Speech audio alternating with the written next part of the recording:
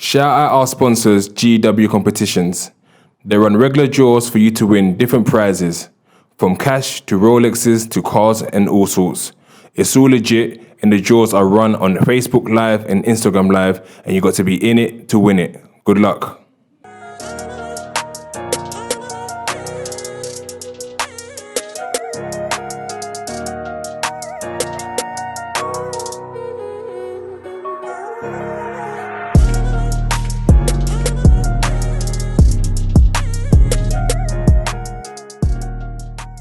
Welcome everyone to another Big Ego Media podcast. Got a special guest today, DJ Ironik.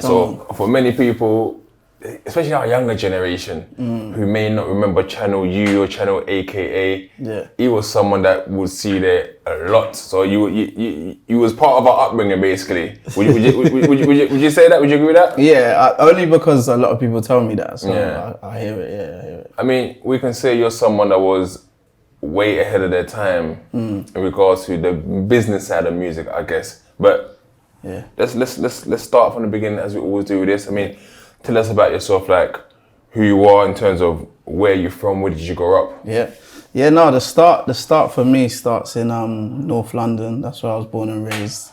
Like Highgate, Archway sides, for anyone that knows North London. Pretty decent area. Like my upbringing was cool. It's just like a lot of music-based things. So like my mum was always blaring music, my dad was always blaring music, and then my uncle was a big promoter for Twice as Nice, club night called Twice as Nice back in the day. So there was always just music influences every day, like going to school, I'll be playing what my mum was listening to at home. And then it was pretty chill, bro. I went to Holloway Boys School, which wasn't the best school in North London, but it taught me like balance of life, like meeting different people from the street side, people that aren't from the street side. I wasn't from the street, some of my family members were, but also balancing it and meeting, the people from that side at school kind of taught me which way I want to go in life. Do you know what I'm saying? So that was the early days for me. I mean, where's your family background? Where is it? What nationality? My mum's half African and half British, and then my dad's fully Jamaican. So what part of Africa? She's from Zimbabwe. Okay, Zimbabwe. Okay, Mugabe and them man there. Yeah, boy. I mean, Highgate. I used to live in Muzzle Hill. Exactly. When I was on a run. Right. I was on a run. I used to live in Muzzle Hill. Yeah. And it's quite affluent area. It's nice, yeah. Yeah, very nice area. I didn't see a lot of us as black people over there. You might see them once. So is that? Would you say you grew up quite privileged at the time? Not privileged, because my mum was from a different background. Okay. My mum grew up with nothing. She come from like foster homes, running away from parents and all sorts of things. So she got put into a council flat in Highgate, luckily, which was a nice area. I think she had to choose out of Highgate and like Tottenham or somewhere like that. But obviously she chose Highgate. But she done well to raise me as well as she could, you know what I'm saying? But it wasn't easy. It was we had our trials and tribulations, man. Like she didn't have much. You know what I mean? So she done what she could, man, and we made it work as much as we could down that road. But the road that I lived on was just one little road in Highgate. It wasn't like I never really saw the rest of Highgate. I just knew the people down my road. Yeah. And they were like me, like I still know some of them now, so yeah, man. In regards to your father, did he play a part in your life? Never met my dad still. You never met him as well? He's tried to like knock on the door a few times, especially since like fame and things like that. He's tried to come back in my life and send letters and things, but it's something, I don't know, man. I have conversations about this with my friends. Like, I don't know if I'm really into rekindling relationships, especially at this part of my life and this age of my life. But yeah, there was just moments I remember being young and my mum mentioning him, but him just not being around, so. I mean, I spoke about this earlier in an interview I had literally just before your one, and it was another guy, Jamaican man as well, Stephen Graham, and he went through something similar where he said that his father left pretty early. Yeah. What do you think it is, I guess, within the black community that the fathers don't seem to be around, if you can? Yeah, I don't know. I think it might have been that generation, if I'm honest. Yeah. I don't know how old he was, but I feel like that generation of parents, a lot of the men at that time were moving a bit, do you know what I mean? A to B and moving from woman to woman. I think at that time, from what I remember, I think that was their mentality at that time, and that was what my dad's mentality was. But I heard a different story when I was young. I don't know if my mum wants to clarify this now, but she told me that when I was born, he said that I weren't his son because I'm too light. You know what I'm saying? So he kind of left and said, "He ain't my son. I don't want nothing to do with him." So from there, I was like, I heard so much stigma about my dad. I was like, when he comes knocking, like I don't really want to know, you know the one. So even though there could be two sides of the story for you, there could be. Growing up now, I do understand that as well. Yeah. But I don't know, man. Like it's hard for me. Like, why weren't he there then throughout them years? You know what I mean? But I did have a stepdad who came into the picture when I was about 2-3 years old, and he really took that role of being my dad. So I think that plays a big part of me not even thinking about my real dad, because he took that role so well. Looked after me, raised me, looked after me and my mum, do you know what I mean? And then he was the one that kind of got me into the music stuff as well, so I got to pay him the utmost. Did you have any siblings? Yeah, I got a stepsister through my stepdad, Simone, and she's just younger than me, but that's about it, yeah. How was you taught academically in school? In school, I was cool, man. I was like playful. One of them kids that just get along with everyone, basically. So I would like to pay attention, but at the same time, I want to have fun and mess around with the kids that are having a laugh in the back, you know what I'm saying? So I'll try and balance it. But I didn't really pay attention too much because a lot of the lessons weren't really for me. I think I knew from an early age I wanted to be into music or something that's, I don't know, something that I'm not being told what to do. Do you know what I mean? I find it hard being told what to do. Yeah. Even though I was well behaved in school, like if a teacher stepped out of line trying to tell me do this and that, I'll be like, don't talk to me like that, allow it. Like, do you know what I mean? So from a young age, I kind of knew that I wanted to be something else and outside of school stuff. So I mean, like I said, although Highgate is sort of an affluent area, I mean, Holloway's around the corner, Islington's around the corner, so there would have still been people, and you went to Holloway Boys, and you would have met different people there. Yeah. What was the main thing that kept you out of trouble? So you know what, I'm not gonna get involved in that lifestyle, because a lot of us people, especially a lot of people that come on this podcast, go through that stage. What kept you away? Do you know what it was? I saw the consequences. So I was seeing kids getting stabbed at a young age at my school, outside of school territories. I would see beef kicking off. And in my heart, I knew deep down, like, that's not me. I'm not into that. Like, I haven't got the heart to go and stab someone, you know what I'm saying? So for me, I just knew from there, that's not the route I want to take. I did little things messing around with some of the naughty kids, like, you know what I'm saying, just testing the waters and just little things here and there, being influenced. But I'd go back home and then, I'd get in trouble. My mum would just go mad at me because she's from the roadside. Yeah. She kind of told me, don't ever get into that. And then kind of taught me, just like straight the other way. And then obviously I found a music class in school, and that kind of kept me focused on that side of things. But I was definitely seeing the consequences of the other kids, like seeing someone at 17 go jail for murder from my school. And that was a high profile case, you know what I'm saying? Just seeing that from early, knowing that I don't want to be going down that road. I mean, what was it about music that was that draw? Because a lot of young people, it's football, what was it about music at that age? I don't know, man. I think it's in me. Like I said, my mum was blasting the music from early every Sunday. What kind of songs were we listening to on the Sundays? The Sundays, obviously, it was the reggae stuff. You know what I'm saying? And then, like, I just remember the bass lines playing on the Sunday morning when I'm waking up, just hearing the B line.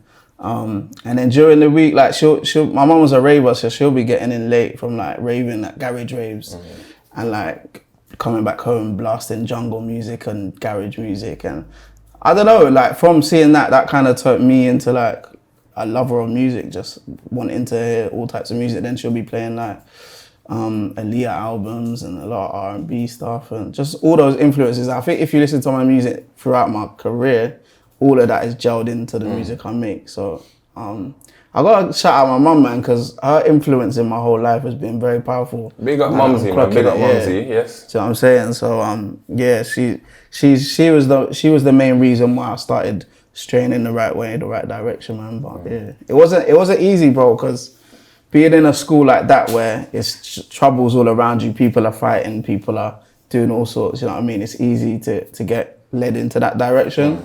But I think for me, it's always about being true to myself from when I was young. And if I'm not into that and I don't do that, then I'm just not gonna do it, man. You know what I mean? So the name, I mean, before we actually get there, is that did you, when you left school, decent GCSEs and then went off to college? My GCSEs were alright, they were decent, man. I got some good qualifications, C's, D's, couple D's, like I'm saying. But the main one was music. That was my focus by that age. By the time GCSEs come out, I knew what I was doing. So what did you go to do in college? So I went to the Royal Academy of Music for college, studying production. And yeah, I done about 2 years in college there, and then things started kicking off on Channel U from there while I was in college. So I mean, okay, this brings us to the right point. Name DJ Ironik. Someone asked me the other day, ask him, was he actually a DJ? But this is the thing, like, so I had the name DJ Ironik before I went to college. It was from at least 14, 15. Because like I said, my stepdad, he was the one that got me into music. Having my uncle as the promoter for Twice as Nice, and my dad, they was always playing music, having the decks at home. And then one Christmas, my dad got me Technique 12 Twins. I said, this is what I want to do. I want to be a DJ at the age of 14. And then I was thinking, like, what kind of names can I have, man? Like, what kind of name can I have? All my friends had, like, different names in school. Like, one of them would be called, like, Breaker, because he could break dance, and Speedy, because he could run fast from the police. And, you know them ones? So, all different things, but I couldn't relate to any of them things. So I was like, I just looked through the dictionary, saw Ironik, and then changed it, the C to a K, thought it was different. So I was like, yeah, DJ Ironik. And that was my name from the start, just DJ Ironik, not just Ironik. And then, yeah, just started DJing from the age of 14, man, and went on tour with Soul Solid Crew about 16. For 21 Seconds, I was the warm-up DJ for that tour. Oh, amazing. So yeah, that was cool. And that was my first kind of look into music. I mean, how's it been around them at that time when with that success? Was that big influence? Oh my God, there's Romeo, there's Ashadi and so on. And Steve's were like my superheroes, you know what I'm saying? Like, seeing them lot come from where we come from, and then seeing them on the big stage and seeing people scream for them like they're American artists, for me, that was like, wow, I had never seen nothing like it. Like, you would put them on the same level as a Jay-Z, or, do you know what I'm saying, at that time. So that was a big influence, man. Yeah. How did that even come about? Like I said, through my uncle. My uncle got a shout out, Steven, Twice as Nice. They were all doing tours with Soul Solid Crew, and he kind of just said, look, we've got this tour coming up. Would you like to be involved? At the age of like 16, I was like, that would be crazy for my first experience in the clubs. I was only like 16 and I'm in over 18 clubs. I had to stand on a little stool, and it was mad, bro. It was sick though. And so, in regards to sort of writing music at the time, was you sort of writing bars and so on? That didn't come yet. What was you kind of into? Just DJ, just DJ at that point. Yeah, I was just focused on being a DJ. That was all I wanted to be. I didn't expect to fall into all these other things. You know what I mean? But then I got to the age of about 17, I think. Yeah, about 17. I had a little bike accident, on my bicycle thing, and I was stuck at home for about 3-4 weeks. Come out of hospital. My mum got me this magazine, and it had a PlayStation game on it called Music 2000, which was like a production game just for the PlayStation. Very simple production. It was like a game, but you're producing, so you're putting blocks together of sounds. But from there, I was like, wow, this is cool. Like, this is easy. It seems easy. And I made my first beat. That was where I got into producing from there. And that just fell into place. Do you remember what your first track was at the time? Yeah, it was a song called Irony. And another, bro, I don't know like how it just keeps happening, but like another example, like after I made that record, I went to a place where I cut dub plates. I used to cut dub plates for my records at Music House. A lot of people, if you're a DJ, remember Music House in Tottenham. And I went there one day and a DJ called Master Steps was there. Don't know if you remember him, a legendary DJ. I was like, yo, there's Master Steps. I said to my dad, can you introduce me? He introduced me.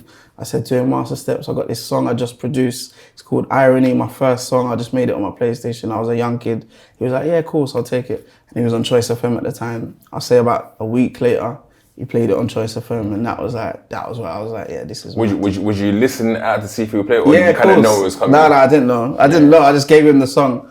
So you could have been there for a whole year waiting. It's gonna come. That's part of music, innit? Yeah. But luckily he played it, man. And from there I was like, this is mad. Like that's my first song. I still got that track as well till this day. And I mean, what was your sort of mum saying when all these things going? Was she encouraging you to pursue this avenue? Yeah, she was very chill, but she my stepdad was really taking control at that time.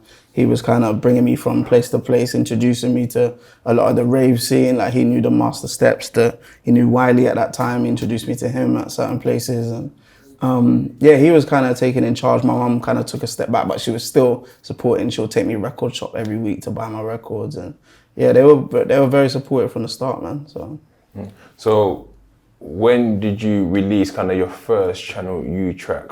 Yeah, so that come after. So I was producing for at least 2-3 years, producing for like Black the Ripper, Chipmunk. Rest in peace, man. Chipmunk at the time, Wiley.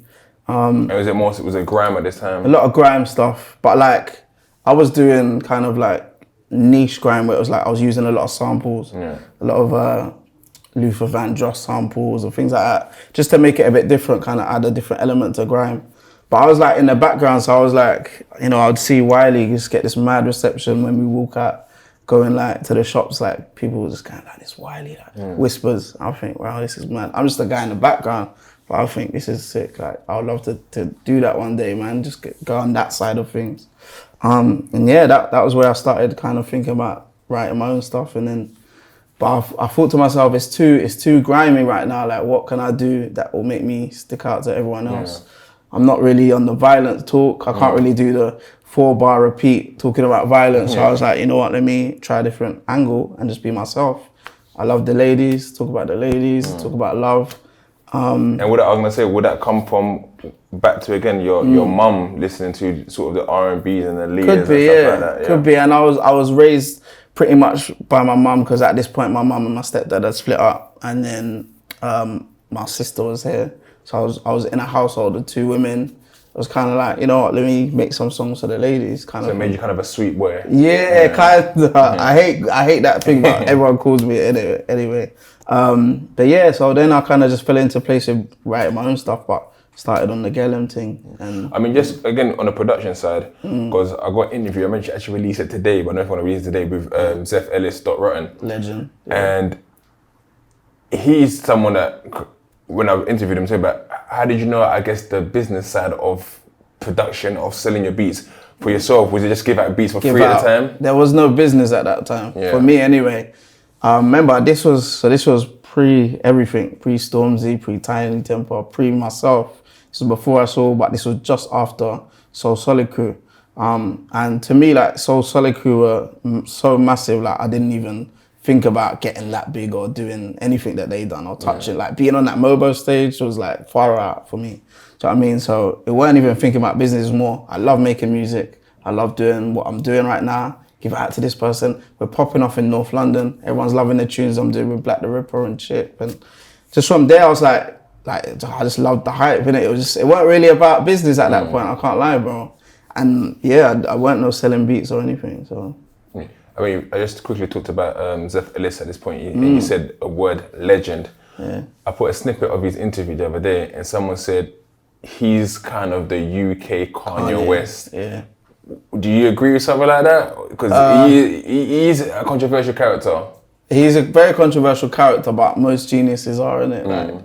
Like, for me, I take away the controversy a lot of the time when I'm talking about musicians, because the talent itself that he has. I've seen him produce tracks and like it's crazy, bro. Even as a lyricist, like he's one of the best for me. Definitely, I think it's definitely underrated. Controversy aside, innit? I try to stay out of the controversy stuff. You don't see nothing about me, man. Yeah, definitely. So I mean, so Channel U's popped off, and what gave you kind of the confidence to say, you know what, actually, these men are doing this. I'm gonna actually write music and do something different that no one else doing, because everyone's doing this grime and violent thing. I mean, that's quite a gamble to say, you know, I'm gonna try and do this sweet boy stuff. What gave you the sort of say, you know, I'm confident enough to go and do this in that climate? Yeah, it probably was a gamble at that time, and I probably was getting a lot of stick for it, but I kind of just, I'm one of them people that try and cancel out the noise, man. Like, as long as I'm doing what I love to do, I'll do what I've got to do. You know what I'm saying? I'm sure people have hated loads of things that I've done during my career, but if I was to listen to all them, then I'll be left behind. I just got to do what I got to do, man. But at the time, it was more just about standing out and doing something that other people aren't doing. I think that's a major thing for me in music. I hate doing what everyone else is doing. If I'm in a room spitting exactly like everyone else, then what's the point? Do you know what I'm saying? So it was just about coming different, man. And also, like I said, being true to myself. Like that was me in it. That was me being as real as I can be, even down to my first single that came out. That was, you know, me talking about my younger sister and just being a storyteller and telling my truth and my story. So. I mean, how did your family sort of respond to that music video when it come out? Yeah, they loved it, man. At that point, my mum was heavily involved because she became manager at that point. So she loved it. She loved everything that was going on, man. From Channel U, everything kind of went crazy because, you know, labels started calling from there. The girls were going mad everywhere we go. We was doing under 18 shows and they were like I had never seen anything like it. Do you know what I mean? So at that point, I kind of knew we got something a bit different and special here. People are going crazy for it, and yeah, from there, I guess everything happened, man. I mean, at that time as well, like not many people were getting signed, and labels will reach out every now and then, but no one was really getting signed. Yeah. I mean, when they sort of approach you, how did you sort of decide on who to go with? We only had one label approach, and that was Atlantic Records. Yeah. But they actually called my house number. I think they got the number from my MySpace or something at the time. They called my house number. My mum answered the phone. She was talking to them. I said, "Mum, who is it?" She was like, "It's Atlantic Records. They want to meet with you next week." Yeah. I said, "What? Like, what do you mean?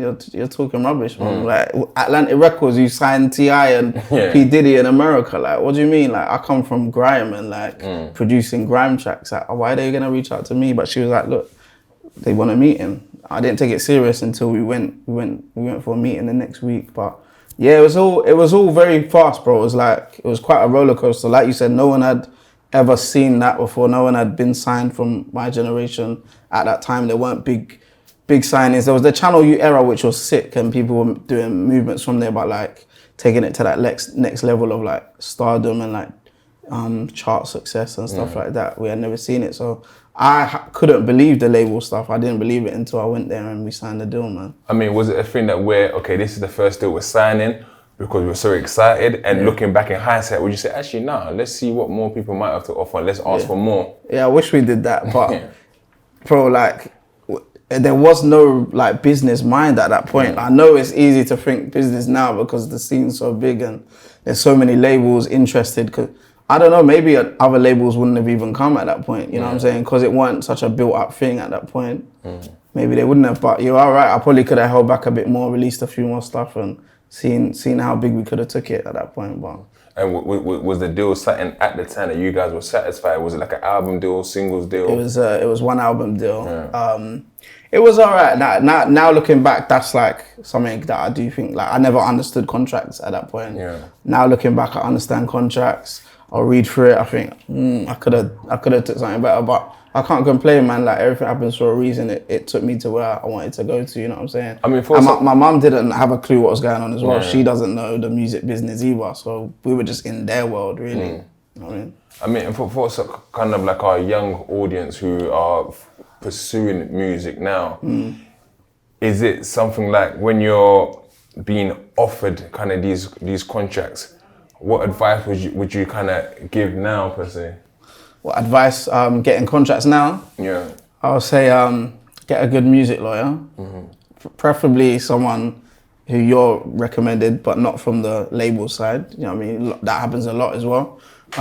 They recommend you a music lawyer, which is usually their department. People, and they're looking out more for their benefit. And just like read the fine print, man, and hold your own. I'd say, you know, you're seeing examples of it from like Central C and a lot of the artists coming out now who are doing it really big independently and holding off major deals because they have the leverage at that point. I think if you can do that as much as you can, it's probably the best position you can be in. I'd say. And was it at the time? Would you consider it life-changing money at the time? Oh, 100% for me. Yeah, 100%. Can you say what it was? I'll try to remember, but I know it was a lot. It was life changing for me. It was probably about 75 grand I think at that point for the album deal. The first album deal. We signed the second album deal also. So that was like 1 week having nothing to 75. to 75 grand at 18, 19. I'm like, what did you go spending on straight away? Bro, I spent all that money. I spent all that money. Like that. Like that's why I love to talk about the highs and how great it was coming into the scene and having all this success. But there's also the side of the lows, the spending all the money, not knowing the business side, which I took the hit for because I was the first. You know what I'm saying? When you're the first, you don't understand the business. Now Stormzy and Tiny and that learn from my mistakes so they can pattern up and really do the business proper. So yeah. So was it a thing that where I guess you're young, so you want to spend it? Was it like, okay, I see these people spending this way, so I need to spend that way as well? Was it like trying to be the flashy? Not even, because I didn't have anyone to see spend money. Yeah. It was just me. I mean, like kind of the American side of it. Like chains. No, because I've never really been influenced by Americans. I'm really UK, like, I don't really love UK, like American music. Really, like. So I never really, I got into Jay-Z late. Yeah, okay. I was like 20 something. Yeah. So I was like, I was young, bro, and I was like, I really wanted to be a rock star though. Yeah. Which is stupid of me at that point, but I was just living that like, getting all the women, I'm gonna be crazy on the road, partying, all my friends are with me, book hotels, champagne all day. I'll pay when I leave the room, and just spending money on stupid things, chains at the time. I mean, just all these things that were just materialistic, where I should have just bought a house straight away. So I mean, it's little things like that, like, so it was silly, man. I mean, there was a big moment in your career, and Elton John allowed you the sample and actually joined in. So, I mean, how did that start? Did you use the sample without permission originally? No, so that was, so after we had Stay With Me, that was like top five record, and then my label were onto me, they were pressuring me to get another one. They were like, we need another record, because Stay With Me was just a record I recorded at my house in my bedroom, and they signed it, but they were like, and I got a top 5 here at the time. Top 5, yeah. And then they were like, we need to make another one, but the A&R work with you to kind of work this record. And then he came to me with the Elton John sample, and at the time I was ignorant, young, come from grime. I was like, I don't really know Elton John's music like that. Do you know what I mean? Yeah. But the A&R said, take a listen, man. Like, here it is. So I was listening to it. I said, it's cool, it's alright, but I don't know if my audience are gonna mess with it because they're not really in tune with the Elton John thing. So I said to them, let's get someone else that I know. He's a new up and coming MC from grime. He's sick. His name's Chipmunk. 16, 17 at the time. A&R said, yeah, let's put him on, man. Put him on the track, showed it to Elton John, and then he cleared it after that, and he was happy with it in the song, number 3, man. And then he actually was in the video as well? He was in it, well, he sent video clips. He sent video clips? He actually had a video shoot. But I mean, just to have him on there, it's Elton John, like world famous, big superstar basically. And I mean, did you understand who he was at the time? Obviously, like I say, like at the time, I was like, I didn't really know his music, and then I had to do my research, looked into it. Now I know all of Elton John's music, you know what I'm saying? But yeah, no, he's only cleared like myself, Eminem, Tupac, and that's it. Yeah. I mean, at that time, you must have felt on top of the world. You must have thought nothing is better than this now. Like there's no way down, sort of thing. No way down. That's why the money is just spending, because I'm thinking that this is gonna last forever. That's a mistake that a lot of people make, man. After that, I remember going home one day to my mum, just being on the road, going home. My mum said, like, my mum's crying. Like, I said, what's wrong, mum? Like, she's like, have you seen your bank statements? Like, the amount of money you've got right now. She had never seen money like that. And from there, I was like, yeah, this is mad for what we're doing. But still, the spending was just... I mean, at that time, though, was mum saying, stop spending? Or like, you guys were like, no, we never had this, so let's just live life? A bit of both, because I'm hard to get through to sometimes, I think. So she was telling me slow down. She would say like at certain times you're spending too much like right now. But at the same time she would be like, just enjoy yourself, or like you need a holiday because you've been working hard, book that 12 grand holiday. Do you know what I'm saying? 12 grand holiday? Do you know what I'm saying? Where was this, like a 10-star? Did you go to the moon or? No. It was just like one of them all treatment spa kind of, you know what I mean, thing. But just, yeah, man, just spending as I go along. And sometimes I think that I regret that, and sometimes I think you know. You had the experience. I had to experience that, and I'm much more wiser with money now. If I didn't go through that, I don't know if I would be now. Do you know what I mean? So I was still young, man. I mean, with all this fame and success, does come a lot of hate, a lot of jealousy. Was you feeling that at the time? Was you seeing people like that you maybe grew up with looking at you in a certain way, or looking at you, or people always encouraging? At the time, it was a bit of both. I think it was a bit of both, definitely, because people had never seen something like this big before in the UK. Like it was hard. Like I mean, like I would walk down the street and I would be very paranoid because people would be looking at me, or some group of guys would be looking at me, and I'd be wondering, are they looking at me for this reason or that reason? But then I walk down the street and it'd be just nothing but love, man. So it was a bit of both really at that time. At that time, really, it was, bro. If I'm honest, a lot of that time was blurry, man. Because it went so fast. A lot of things were happening at that time, man. So. I mean, so I remember in 2010, I was in jail. I remember picking up my newspaper, and you're seeing, DJ Ironik's being stabbed. Oh yeah. And they've tried to rob you for your jewelry. I mean. Can you talk us through that night? Like what happened? I think you come back from a music festival or something like that? Yeah, coming back from a show, man. That's crazy, you read it in jail. That's I remember it in the papers and everything, but it was, do you know what? The energy around that time, I think I was in a bad place mentally anyway. Yeah. So I think I was attracting a lot of negativity to myself because I felt like something was going to happen probably about 2 weeks before. And I just started letting a few new people in my circle, a few new people come out with me. Just ended up basically finishing a show in Southend. I think it was in Southend. Even that night, I remember just being tired and kind of had enough. This is like 3-4 years into all of the fame, everything. So I'm kind of like, just want to go to bed and like chill. And then coming back home from the show and pulling up outside my mum's house, and 2 guys with balaclavas run up to me. And this was Halloween night, so I'm thinking, is this a joke? Like, is this Halloween? Like, what's going on? And then one of them punches me, so I think, this ain't a joke. So I start laughing, punches me again. So I think, this is crazy. So I start running. Running up, my mum's road is like a big steep hill, so I start running up the hill. Wrong time to be in the hill, right? Yeah, wrong time to go running up the hill. I should have run the other way, which ain't a hill, to be fair. But it's hard to think about things when you're in them situation, man. And then as I'm running, I'm just looking behind, seeing these 2 guys still chasing me. So they're not even giving up? No, they're onto me at this point. I'm thinking in my head like, who is this? What's going on? Like, what did I do to? Are you thinking it's a robbery, or are you afraid for your life? I'm fearing for my life. I didn't think it was robbery at this point. I'm thinking, because like I say, at that point, the paranoia is around me a bit. So I'm thinking someone's trying to kill me. And then a car comes down the hill as well. And then I'm trying to tell them I need help, but they are trying to block me in. So the car's actually with the people chasing me. So they're blocking me in. But I managed to get past the car, running up the hill, but the hill's too steep. I kind of give up.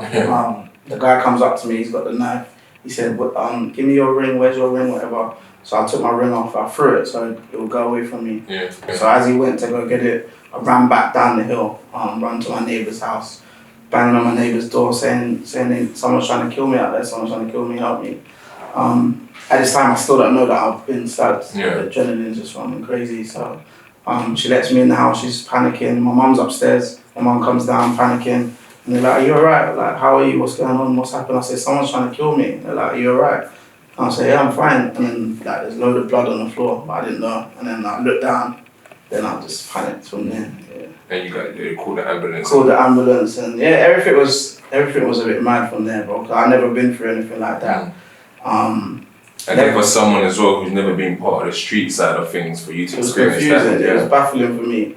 And also, I never came into music to have that situation happen. Do you know what I mean? I came into music for the love.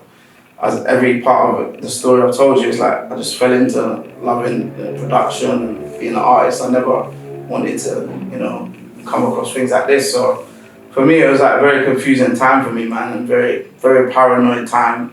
It was obviously clearly set up by someone. I was gonna say, because obviously you're coming from a music festival in Southend, you're coming all the way back home. At like 2, 3 a.m. So someone was waiting there for you, know it, and then for them to ask, where's your ring? They knew that this ring was something of a value. Yeah. So obviously it's set up. So my mind's racing at this point. I'm thinking, who in my circle's done that? I'm not trusting a lot of people. I'm saying like my dad, my mum. Well, even if you're the mum. I'm just like, you know what I mean? Like, who would have done this at this point? And that's just my mind going mad, obviously. My mum would never do something like that. If anything, she's trying to look for someone outside who she can kill first. Yeah. Do you know what I mean? But yeah, so that was a mad time for me, man. And in terms of paranoia, after that, are you even hanging around with anyone anymore? Have you just kind of locked everyone off at the time? So like, before we done this interview, you said like what happened, like, I think that was the turning point for me, because things were like the peak of my career. Just had put out a record with Jessica Lowndes called Falling in Love. It's got like 12 million views, like massive record. But then after I got stabbed, I was like, I don't know if I want to do this anymore. Moved out of London, and yeah, just kind of chilled for about 2 years, which is when people think, oh, you fell off. But really, you're just taking time for yourself. I needed it, bro. Like, just been stabbed. Just had 4 years of like mad rock and roll lifestyle. I'm like, do I even want to do this anymore? Should I just do a normal job thing and just allow it, because it's all a bit much, you know what I mean? So I went into a bit of depression at that point, man. Did you get any help for it? Did you speak to any counsellor? I was by myself, living in Essex, bro. Just probably didn't help myself or my mental state at that time. But I just didn't want to talk to anyone. My mum would come and see me here and there, but didn't want to talk to anyone, man. During that time, I was still working. So like, I didn't really feel like I needed to come back into the scene. And I never really wanted to be the artist anyway, to like try and make a comeback. Like, just, I'll do my music thing. If people like it, they mess with it, you know what I mean? For me, it's never been that deep, man, the music. I just love doing what I do, bro. And I guess it's quite relevant what you just said now, because sometimes we're such in a bubble in London. We think anything revolves around London. But there's people want shows in Newcastle, people want the shows in Sunderland, in Cardiff, whatever it is. So they're the maddest ones. Yeah. You know? That's where I get most of my love, bro, outside of London, man. So, but for me, it was just about finding the love of music again after that time. Figuring out if this is still what I want to do, figuring out if I still want to wear jewelry, figuring out if I need to trust who I can trust, and just figuring out life, bro, for that time. And in regards to music now, what have you been doing in the last few years? Is it just production side? No, so like after 2015, I met my missus, and she was like a light that I needed. Do you know what I'm saying? Because she kind of said to me, look, your music's depressing that you're making. She was real. Yeah, she was real. She said, you're walking into rooms with your head down. Like, what are you doing? Like, you know what I'm saying? Like, I get emotional thinking about it, because she helped me out a lot, man. I walk into rooms just like, no confidence, bro. You know what I'm saying? And that's what that situation done to me, man. Yeah. I mean, so after that, she just told me, yeah, you need to fix up, live life. We travelled a bit, you know what I'm saying? Just started making music again in 2016, 17. I started making a bit more fun music. I said, I'm done with like the slow stuff. I need to make some more fun stuff. Hooked up with my boy AO Beats, and then got a single with Snoop Dogg out. JME was on the album, and I made my second album, Truth Be Told, that came out in 2017. It's done like 2 million streams, so happy with it, man. Yeah, and then just been kind of progressing from there, man. Then pandemic happened in 2019. Yeah. So is it what we're looking forward? I know you just opened your studio now as well. Opened a studio. So the pandemic obviously kind of gave me an excuse to do other things that I've always wanted to do. Started a sunglasses brand, Icon by Ironik sunglasses, which are doing well. We've got the studio, Icon Studios, we just opened up. And yeah, just kind of try and do different things, man. For me, it's about figuring out what I want to do next and what I love to do. I still love doing music, but I don't want to do it forever. And people say OG, I want to be an OG that kind of brings through some of the younger generation, appreciates them. And I think you're not an OG until you help out the people that are still coming up, do you know what I'm saying? So for me, it's about doing that. That's why we open the studio for the new artists to come through, and yeah, man. I mean, even like, I guess with a new artist, and for yourself being a new artist back in the day, when you look at how the scene has developed, does it make you feel proud? Like, wow, like we were the pioneers. And is there not a jealousy, but it's like, Bro, why when all this around went out? I mean, you kind of had it a little bit. You kind of had what these guys are getting in terms of deals, but in terms of to what it's become now, you'd be like, oh, I was ahead of my time, you know? Nah, never jealousy. I think if the minute you're like that, the minute you get left behind, I think. I'm super proud, bro. Like, I'll be watching Stormzy on Glastonbury stage, like, in my house, screaming, going